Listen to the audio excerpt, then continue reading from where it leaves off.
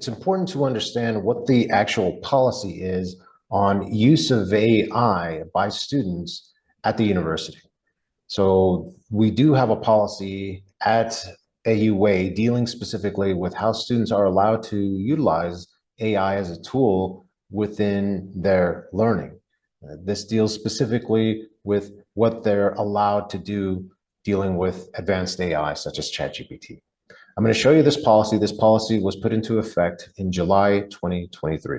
The policy that addresses use of AI at the university is within the Student Code of Ethics. Within here, we move down to this section dealing with cheating, 6.4.2, in that it specifically states that cheating includes, but is not limited to, using or referring to notes, books, devices, or other sources of information, including advanced artificial intelligence, AI tools, such as ChatGPT, in completing an academic evaluation or assignment when such use has not been expressly allowed by the faculty member who's conducting the examination. So the key aspects here to look at states that it's specifically when it's completing an academic evaluation or assignment. It needs to be expressly allowed by the faculty member.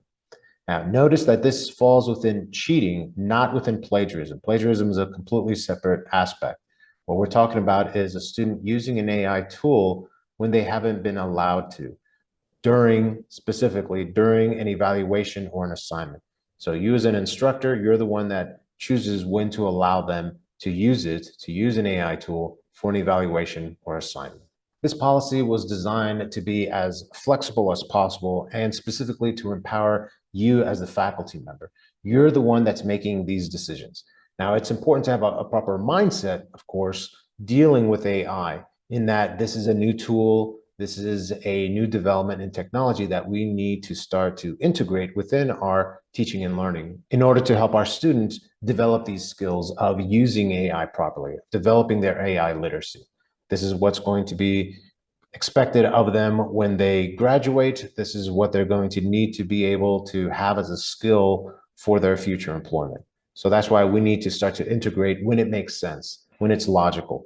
But you as the instructor are making those choices, making those decisions. So it's important that when we do allow it, we are very clear with the students. We give instructions. We have it in writing specifically as to how they can use it and when they can use it.